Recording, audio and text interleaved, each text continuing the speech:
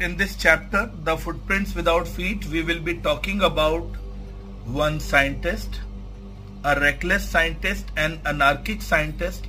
एक ऐसा scientist जो means he got uncontrolled, he got driven by his you can say wrong instincts, जो अपनी गलत instincts में ज्यादा बह गया, गलत रास्ते पर चल पड़ा। कहानी आपके चैप्टर में सिर्फ 3 पेज की है। एक्चुअल में इस पर H.G. वेल्स ने पूरा एक नॉवल लिखा है and the name of that novel is the invisible man. Invisible man के अंदर से छोटा सा एक इंसिडेंट निकालकर आपके लिए चैप्टर बना दिया गया, फुटप्रिंट्स विदाउट फीट। कहानी कुछ ऐसी है कि साइंटिस्ट जो है, मैं आपको बेस बता देता हूं ताकि आप लोगों को थोड़ा पीछे का बेस क्लियर हो जाए। ग्रिफिन एक लॉज में रहता था, अपने पापा के पैसे चुराकर वो मतलब उसने लॉज में एक रूम किराए पे लिया था और उस लॉज में वो एक्सपेरिमेंट्स करता रहता था constantly to develop that, to discover that medicine. एक मेडिसिन डेवलप करने के लिए वो कॉन्स्टेंटली मतलब एक्सपेरिमेंट्स कर रहा था। उसने लॉज का भी काफी दिनों से किराया पे नहीं किया था।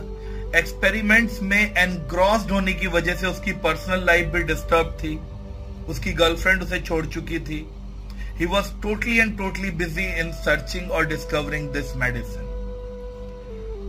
जैसे ही उसने मेडिसिन को ढूंढा, कहानी यहां से शुरू होती है कि जैसे ही उसने उस मेडिसिन को डिस्कवर किया, अब यहीं से शुरू होता है उसका लॉलेस बनना, उसका अनकंट्रोल्ड होना, उसका एक ऑफ ट्रैक बिहेवियर पर की तरफ जाना, उसका एक क्रिमिनल साइकी यहीं से शो होता है। मेडिसिन डिस्कवर करते ही सबसे पहले उसने क्या किया, अपने लॉज को आग लगा दी।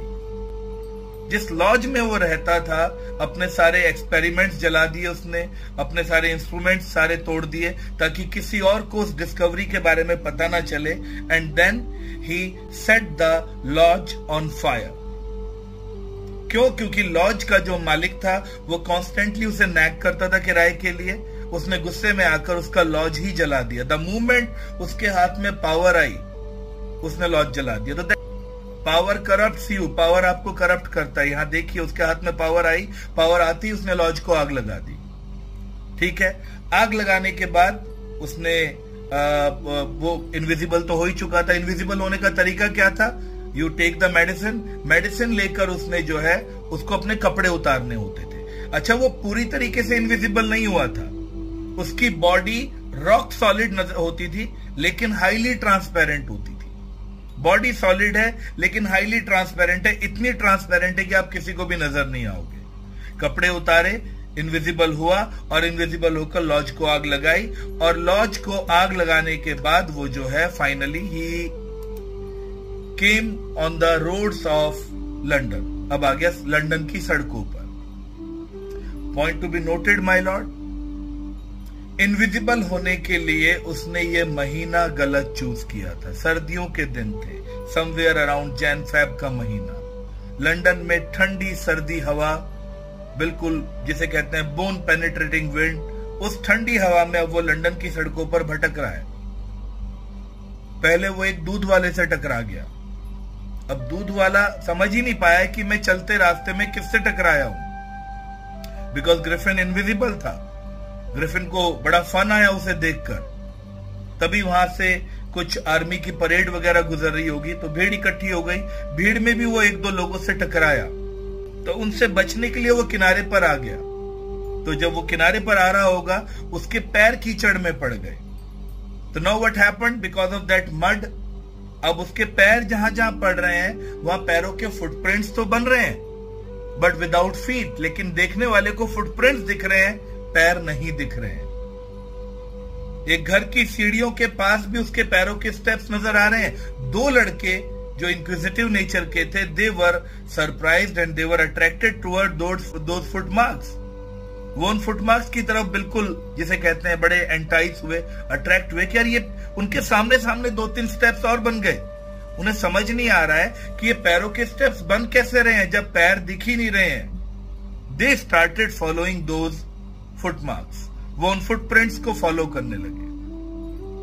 अब ग्रिफिन अपनी जान बचा रहा है, वो भाग रहा है। उसे पता है कि ये फुटप्रिंट्स को फॉलो करते हुए अगर उन्होंने मुझे पकड़ा या टकरा गए तो they will get to know कि मेरी बॉडी हाईली सॉलिड है लेकिन ट्रांसपेरेंट है, वो बच रहा है। तो हुआ ये कि इस भागा दौड़ी में काफी देर बाद हुआ ये कि the boys kept on following him. जब तक वो मड गीला था तब तक वो फॉलो करते रहे और धीरे धीरे पैरों की मड सूख गई और फुटप्रिंट्स बनना शुरू हुए और तब जाकर ग्रिफिन की जान में जान आई। नाउ ग्रिफिन रियलाइज्ड कि पहली बात, मैं लंदन की सड़कों पर ऐसे नहीं घूम सकता। It's very cold out there, I need to have some shelter जहां ये हवा ना लगे मुझे, जहां मुझे ठंड ना लगे। अब ये करने के लिए उसने क्या देखा? उसने देखा एक शॉपिंग सेंटर है। He entered into that shopping centre as he was invisible so nobody could see him. कोई उसे देख ही नहीं सकता था।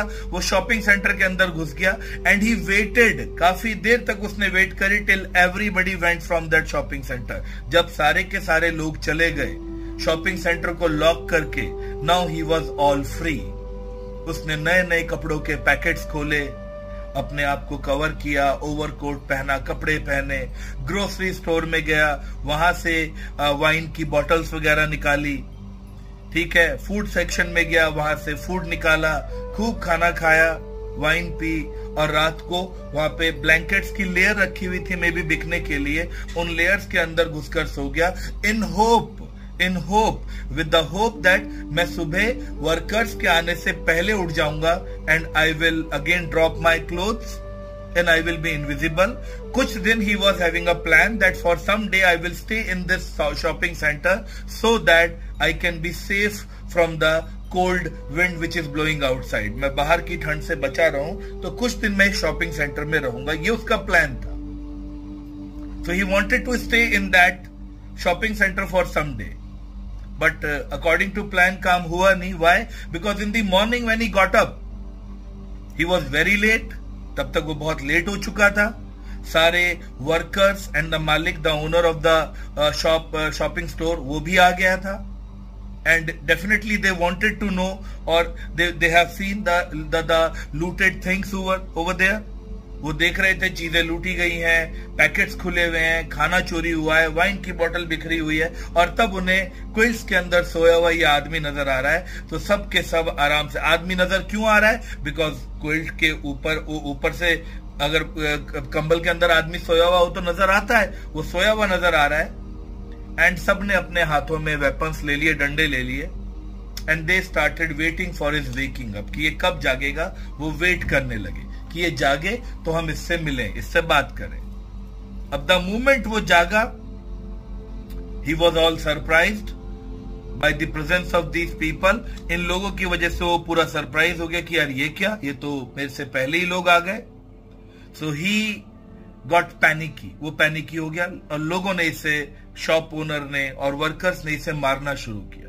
He did not have any option than to drop his clothes. उसके पास कोई ऑप्शन नहीं था। उसने एक एक करके अपने कपड़े ड्रॉप किए और ड्रॉप करके जिस पार्ट को वो कपड़े ड्रॉप करता रहा उस पार्ट से वो इनविजिबल होता रहा और फाइनली कपड़े ड्रॉप करके वो इनविजिबल हुआ और शॉपिंग स्टोर से बाहर भाग गया। ग्रिफिन को रियलाइज हो गया again on the roads of London, ये आदमी दोबारा लंदन की सड़कों पर था, without any clothes on him, बदन पर कोई कपड़ा नहीं, एंड बाइटिंग कोल्ड, ऊपर से ठंड। उसे पता था यार this is not the way, I can not live like this, I need to have a credulous look. मुझे एक ऐसी लुक बनानी पड़ेगी, एक ऐसा कुछ बनाना पड़ेगा कि मैं लोगों के सामने आ जा सकूं, अपने आप को चल फिर सकूं और लोगों को अजीब भी ना लगे। उसे लगा कि यार मुझे कुछ तो रूप करना पड़ेगा, I need to have a disguise. So finally he thought कहां जाऊं। तो उसे रियलाइज हुआ कि मेरे ड्रूरी लेन, मेरे घर के पास ही एक लेन है and the name of that lane is Drury lane, DRUARY, Drury lane. उस ड्रूरी लेन पर बहुत सारी थिएट्रिकल शॉप्स हैं, मतलब ऐसी शॉप्स जहां पर थिएटर के लिए सामान मिलता है। उसे इस बात का रियलाइजेशन हुआ और वो ड्रूरी लेन गया और उसने एक दुकान देखी बाहर से and the shop was perfect for the purpose he was actually searching for. उस पर्पस के लिए वो दुकान बिल्कुल सही थी. There were dresses, there were overcoat, there were hat and all these things. But दुकान का मालिक बड़े सेंसिटिव ईयर वाला आदमी. अब ग्रिफिन को रियलाइज हो गया कि आई can not work in the presence of this man. यह आदमी बंदूक लेकर घूमता रहेगा, मैं ऐसे तो काम नहीं कर सकता. See the lawlessness this man. First of all, setting the lodge on fire. Second, entering into a shopping store, stealing things from there, even hitting people over there. And third, now entering into a theatrical shop. And जैसे ही owner उसके बगल से गुजरा, उसने owner को पीछे से sir पर स्टूल से हिट किया और ब्लीडिंग ओनर को कारपेट में लपेटकर उसने हर वो काम किया जो उसे चाहिए था. उसने एक ओवरकोट पहना ताकि उसकी पूरी बॉडी, उसने जूते पहने, पैंट पहनी, चलो बॉडी कवर हो गई. उसने हाथों को कवर करने के लिए ग्लव्स पहने, हाथ भी कवर हो गए. गले को कवर करने के लिए, क्योंकि ओवरकोट तो यहीं तक रहेगा, उसने कॉलर खड़े कर लिए ताकि गला छुप जाए. और ये वाला पार्ट कवर करने के लिए उसने यहां तक क्या लपेट लिया, मफलर लपेट लिया. उसने सर को कवर करने के लिए हैट लगा लिया और हैट को ऐसे टिल्ट कर दिया ताकि यहां तक फोरहेड भी कवर हो जाए. फोरहेड के बाद आंखों को कवर करने के लिए बड़े शीशे वाले उसने गॉगल्स लगा लिए. यहां वाले फेस को कवर करने के लिए उसने दाढ़ी लगा ली, नकली विस्कर्स लगा लिए यहां तक, और मफलर से मुंह को यहां तक कवर कर लिया. अब फिर बचाई ये नाक, और यहां एक नकली नाक लगा ली. So this kind of disguise he basically maintained, and then उसके ड्रॉर से उसने पैसे भी चुराए. जो भी उस शॉपकीपर की दुकान में पैसे थे उसने वो चुराए और वो वापस बाहर निकल आया. But this time Griffin was finally able to maintain a credulous look, एक ऐसा लुक ताकि बाहर वाले के साथ वो कम्युनिकेट कर सके, बातें कर सके, चल फिर सके, लोग उसे स्ट्रेंज नजरों से ना देखें. सर्दी से वो बच चुका था, बट उसे रियलाइज हुआ कि लंदन की भीड़ भाड़ वाले इलाके में वो यहां पर नहीं रह सकता. Here he can not survive. उसे अभी दोबारा एक्सपेरिमेंट्स चालू करने थे. He needed to come back to his original self. Visible से इनविजिबल होना सीखा था, इनविजिबल से विजिबल होना अभी वो नहीं सीखा था.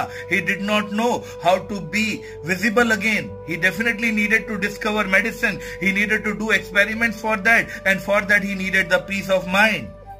He needed relaxation. He needed a quiet place where nobody disturbs him. And that's why उसने जो है एक गांव की उसने टिकट्स करवाई. And he went to a village. उसने गांव की टिकट करी और वो उस छोटे से गांव में गया. And the name of that village was Iping village. Iping village, सर्दियों का टाइम था और सर्दियों के टाइम में इस गांव में कोई भी टूरिस्ट नहीं आता था. वहां बहुत सारे लॉजेस थे. कोच एंड हॉर्सेस नाम के एक लॉज में इसने एंट्री ली. मिसेस हॉल वहां की मालकिन थी, पति थे उनके मिस्टर हॉल. इसने उस लॉज में 2 रूम बुक किए, एक ग्राउंड फ्लोर का रूम और एक फर्स्ट फ्लोर का रूम. ग्राउंड फ्लोर के रूम में वो एक्सपेरिमेंट्स करने के लिए उसने हायर किया रूम, और फर्स्ट फ्लोर का रूम उसने रहने के लिए हायर किया. हालांकि आइपिंग विलेज के गांव वालों के लिए इस सीजन में एक विजिटर का आना, एक टूरिस्ट का आना, एक ग्राहक का आना एक सरप्राइजिंग बात थी. और ऊपर से इसका लुक बड़ा स्ट्रेंज था. उसका बिहेवियर बड़ा स्ट्रेंज था. अपने कमरे के दरवाजे वो कभी नहीं खोलता था, खिड़कियों पर हमेशा कर्टेन्स रखता था और गांव के लोगों के साथ ज्यादा इंटरेक्शन नहीं करता था. इवन मिसेस हॉल ने उसके साथ थोड़ा फेमिलियर होने की कोशिश करी, ट्राई किया, थोड़ी सी दोस्ती हो जाए, थोड़ी बातें हो जाए. बट उसने मिसेस हॉल को भी स्ट्रेट अवे ब्लेटेंटली कह दे कि मैम आई एम सॉरी, मैं यहां दोस्तियां करने नहीं आया हूं, मैं यहां एक्सपेरिमेंट्स करने आया हूं, and for that I need solitude. मुझे अकेलापन चाहिए, क्वाइट प्लेस चाहिए, मुझे कोई डिस्टर्ब ना करे. ये मेरी पहली कंडीशन है. रही बात, आप मेरे चेहरे को देखकर सरप्राइज होते होंगे कि मेरे चेहरे पर ये बैंडेजेस क्यों बंधे हैं. पूरे सर पर उसने बैंडेज बांधी हुई थी और ये मेरी मतलब ये नाक ऐसी क्यों है, आपको ऐसा सरप्राइज होता होगा। So I want to tell you कि मैं एक एक्सपेरिमेंटल साइंटिस्ट हूं, मैं साइंस के एक्सपेरिमेंट्स करता हूं और उन्हीं एक्सपेरिमेंट्स की वजह से एक एक्सीडेंट में मेरा चेहरा जल गया था, इसलिए मैं इसे कवर करके रखता हूं। और मैं अपने कमरों के पर्दे भी इसीलिए बंद रखता हूं बिकॉज मुझे लाइट से इरिटेशन, मतलब ये सारे लॉजिक देखकर उसने मिसेस हॉल को साइलेंट कर दिया, ये कह दिया कि भाई मेरे को ज्यादा डिस्टर्ब वगैरह ना किया करे, और वो लगा अपने एक्सपेरिमेंट्स करने में। बट यस, छोटा सा गांव है, आप धीरे धीरे इंक्विजिटिव तो होते हो, गांव के लोग इस इंसान के बारे में बहुत इंक्विजिटिव, बहुत ज्यादा they were curious to know about this man, but this man was least interactive. वो किसी से भी इंटरेक्ट नहीं करता था, बड़ा एक जिसे कहते हैं इंट्रोवर्ट अप्रोच वो फॉलो कर अपने एक्सपेरिमेंट्स कर रहा था। चुराए हुए पैसे कितने दिन चलते। शुरू में तो मिसेस हॉल को भी कोई प्रॉब्लम नहीं आई, उन्हें भी कोई मसला नहीं है, उनके लिए तो ये एडेड बोनस है। इस सीजन में कोई भी ग्राहक नहीं आता, उनके लॉज में एक परमानेंट ग्राहक है, पेइंग इन मनी, मतलब पैसे कैश में पे कर रहा है, तो उन्हें तो बहुत अच्छा लग रहा था। But slowly and steadily Griffin के पैसे खत्म होने लगे। He was not able to pay the rent, वो रेंट पे नहीं कर पा रहा था। अब मिसेस हॉल बार बार रेंट मांग रही है, वो कह रहा है आज दूंगा, कल दूंगा, आज दूंगा। Now he is getting irritated by Mrs Hall as well. वो मिसेस हॉल से भी इरिटेट होना शुरू हो जाता है, परेशान होना शुरू हो जाता है, और अब उसे समझ में आ गया कि I will have to arrange some money very soon, otherwise this lady is not going to get silent. ये लेडी साइलेंट नहीं होगी, मुझे पैसे अरेंज करने पड़ेंगे। अब पैसे कैसे अरेंज करें? एक छोटा इंसिडेंट अगेन। सुबह सुबह की बात थी, गांव के चर्च का जो क्लर्जी मैन है, जो प्रीस्ट है, जो फादर है, वो फर्स्ट फ्लोर पे सो रहा था। He was sleeping with his wife in the bedroom over there. नीचे के रूम से कुछ आवाजें जब आनी शुरू हुई तो उसकी वाइफ जाग गई, क्लर्जी मैन की, फादर की, प्रीस्ट की वाइफ जाग गई। वाइफ ने थोड़ी देर कंफर्म करने की कोशिश करी कि ये आवाज किसकी है। It might be a cat or a dog or some kind of animal. But थोड़ी देर में उसे छींके भी सुनाई दी, कबर्ड्स के खुलने की आवाज भी सुनाई दी। She woke up her husband. उसने अपने हस्बैंड को उठाया तो हस्बैंड भी उठा, उसने भी देखा यार नीचे वाले रूम से आवाजें आ रही हैं, उस रूम में इनकी कबर्ड है, उस रूम में इनका लॉकर है, उस रूम में इनके पैसे रखे हुए हैं। अब उस बुढ़े ने, क्लर्जी मैन ने, प्रीस्ट ने हाथ में एक पोकर ले लिया। Poker is a kind of iron rod which is used to burn the fire over there. आग को जलाने में और मेंटेन करने के लिए चिमनी में पोकर का इस्तेमाल होता है। वो पोकर हाथ में ले लिया। ही वाज क्वाइट कॉन्फिडेंट, अगर गांव का कोई बंदा हुआ तो मैं हैंडल कर लूंगा। He knew everybody from the village. दोनों बड़ी धीरे धीरे सीढ़ियों से नीचे उतरे। वाकई अंदर वाले कमरे में रोशनी हो रही थी। Somebody had lighted the candle, match stick जली थी। कोई इंसान तो है अंदर। नीचे वाले कमरे से कबर्ड्स के खुलने की, बंद होने की आवाजें आ रही थी। कोई इंसान तो है अंदर। नीचे वाले कमरे से स्नीजिंग की आवाजें आ रही थी। कोई इंसान तो, there somebody inside over there. So to catch that man by surprise you can say, उसे झटके से पकड़ने के लिए बुढ़े ने, प्रीस्ट ने, क्लर्जी मैन ने झटके से एंट्री मारी रूम के अंदर। But to their surprise the room was all empty, the cupboard was open, the money was stolen and they could not see anybody and this was the greatest surprise for them. सुबह जब हुई तो clergy man के घर चोरी की बातें गांव में फैल गई। इधर पैरेलली एक सीन और हुआ। अगले दिन कोई फेस्टिवल था तो मिसेस हॉल को पता था कि आज लॉज के बार में काफी भीड़ होगी तो बियर की जरूरत पड़ेगी। तो वो दोनों नीचे सैलरी की तरफ, जहां स्टोर होता है, जहां बियर को स्टोर करते हैं, they were going toward the cellar, ताकि बियर में थोड़ी सरसपरीला की या किसी दूसरे केमिकल की मिक्सिंग करके थोड़ी उसकी क्वांटिटी बढ़ाई जाए। तो वो दोनों मियां बीबी नीचे जा रहे थे। अभी वो नीचे जा ही रहे थे कि फर्स्ट फ्लोर पर उन्हें ग्रिफिन के कमरे का दरवाजा खुला हुआ दिखा। Now that was a shocking thing. इस आदमी को यहां आते हुए अराउंड 4 और 5 मंथ्स हो गए हैं। इस दौरान इट नेवर हैपेंड कि उसके कमरे का दरवाजा कभी खुला रहा हो। They tried their level best to know ये क्या करता है अंदर, आज तक कभी नहीं पता चला। और आज कमरे का दरवाजा खुला हुआ था। So it was a golden chance to look, to observe, to probe, to investigate into the matter कि करता क्या है। और दोनों कमरे के बाहर गए, they peeped inside and they saw कि अंदर तो कोई भी नहीं है, अंदर तो कोई भी नहीं है। एंड जब उन्होंने अंदर देखा कोई नहीं है तो they entered into the room. तो देखते हैं बेड के ऊपर उसका सारा सामान पड़ा हुआ है, उसके बैंडेजेस, उसकी हैट, उसके चश्मा, उसका मफलर, उसके कपड़े पड़े हुए हैं। बेड को हाथ लगाया, बेड बिल्कुल ठंडा पड़ा है, मतलब कहां गया आदमी। और तभी अचानक हैट उड़ी हवा में और जोर से आके मिसेस हॉल को लगी। मिसेस हॉल घबरा गई, ये क्या हो रहा है, हैट हवा में कैसे उड़ सकती है। और उसके बाद कमरे से एक घोस्टली हंसी की आवाज आनी शुरू हुई, घोस्टली हंसी की आवाज आनी शुरू हुई। कौन कर रहा था ये घोस्टली हंसी? Who was creating that sound? Griffin was there inside that room. He was all invisible at that time. और वो एक एक करके सारे कपड़े उठा उठा के मिसेस ग्रिफिन को की तरफ मारना शुरू हो गया, फैल गया मतलब। और मिसेस ग्रिफिन डर गई और जब कपड़े हट गए तो उसने बेड की चादर उठाकर रोल करके मारी इनको। वो चीजें खत्म हो गई, उसने वही किनारे पर पड़ी हुई चेयर उठा ली। ये चेयर मिसेस हॉल की मां की चेयर थी, कभी उसकी मम्मा बैठा करती थी इस चेयर पर, उसने उसको वहां रखा हुआ था। और वो चेयर हवा में उड़ती हुई आई और मिसेस हॉल को धक्का देती हुई, मिस्टर हॉल को पुश करती हुई कमरे के बाहर फेंका, सीढ़ी पर फेंका ले जाकर, और दरवाजा धाड़ से बंद हो गया। दे वर रियली शॉक्ड कि ये क्या हुआ। They were not able to understand कि यार ये क्या सिनेरियो है। और मिसेस हॉल बेहोश हो गई। खैर मिस्टर हॉल उसे उठा के नीचे लाए, थोड़ा दवाई वगैरह दी, इलाज किया, होश में आई। And now she was all speaking like that कि इसने जरूर ये इस इंसान ने मेरी घर में कोई ब्लैक मैजिक किया है, चीजें हवा में उड़ रही हैं। मेरी मम्मी की चेयर आज मेरे अगेंस्ट खड़ी हो गई, मेरी माँ की चेयर ने मुझे धक्का दिया, इस आदमी ने मेरी मम्मी की चेयर पर भी ब्लैक मैजिक किया है, ये आदमी मेरे होटल में ब्लैक मैजिक कर रहा है, आज ही आएगा, मैं इसे आज अपने लॉज से बाहर, today I will throw him out, बाहर निकाल दूंगी। अब वो वेट कर रहे हैं दरवाजे के पास बैठकर कि आज ये आएगा, बिकॉज उन्होंने कमरा खाली देखा है और वो वेट कर रहे हैं कि वो आएगा।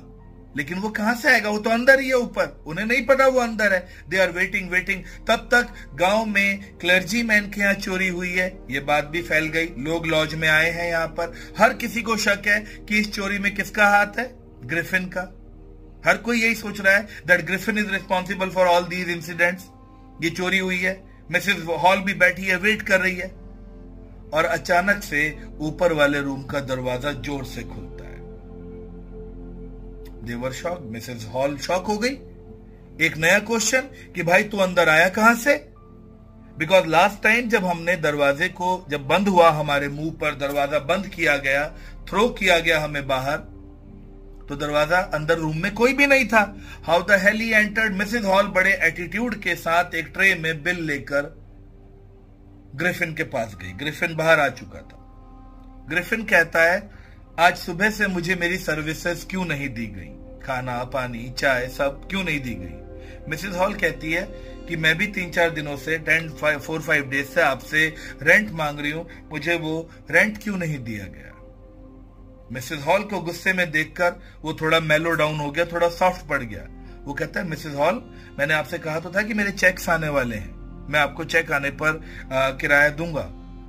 मिसेस हॉल ने कहा नहीं, मुझे एक सवाल और भी पूछना है कि सुबह जब हमने कमरा खाली किया था तो कमरे से हम जब बाहर निकले थे, we were thrown out, at that time there was nobody inside the room and now you are coming out of the room. आप कमरे में एंट्री कहां से ले रहे हो? मेरे लॉज में ये अलाउड नहीं है। फ्रंट डोर से आओ, फ्रंट डोर से जाओ, ये कौन से डोर से आ रहे हो जा रहे हो? और तीसरी बात, आपने मेरी मॉम की चेयर के साथ क्या किया है? क्या ब्लैक मैजिक किया है? वो हवा में उड़ रही थी। ग्रिफिन को इतने आंसरेबिलिटी की आदत नहीं थी, उसे इतने सवालों की आदत नहीं थी। उसने अपना पेशेंस लूज कर दिया। उसने कहा okay you want the answer of these questions? उसने कहा yes I want the answer of these question. उसने कहा wait I will give you the answer. और ऐसा कह के सबसे पहले उसने अपनी फॉल्स नोज उखाड़ी और उखाड़कर मिसेस हॉल की ट्रे पे रख दी।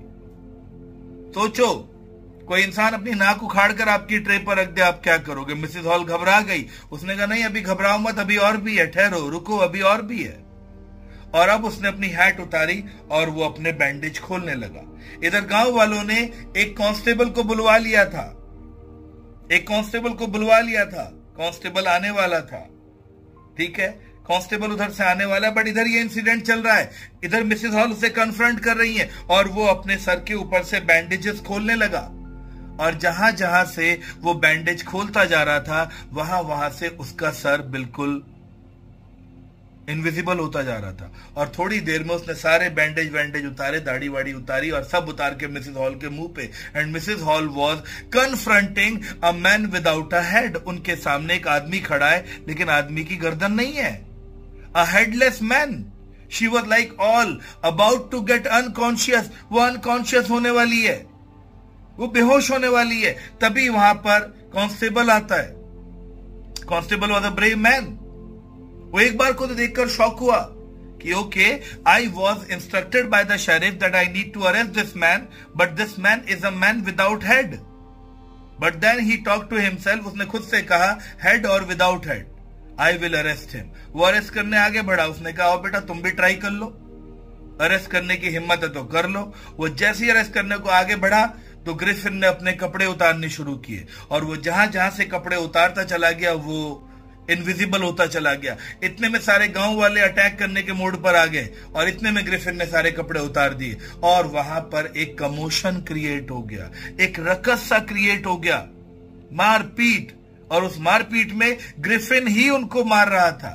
कांस्टेबल की पसलियों पे उसने इतनी किक करी कि पसलियां टूट गई उसकी। हर तरफ शोर, पकड़ो, मारो, इधर से पकड़ो। बट पकड़े किसे?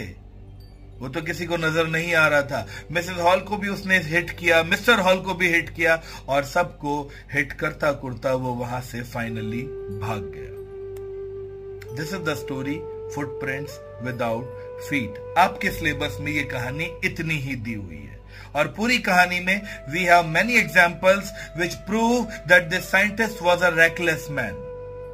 Setting the lodge on fire, reckless activity. Going to the shopping center and stealing things from that part, reckless activity.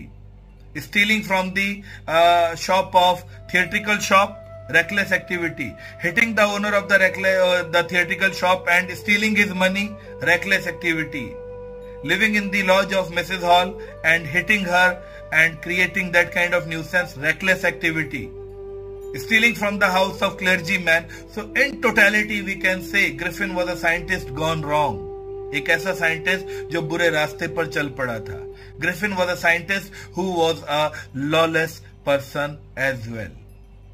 I hope आप लोगों को ये चैप्टर बहुत अच्छे से क्लियर हो गया होगा.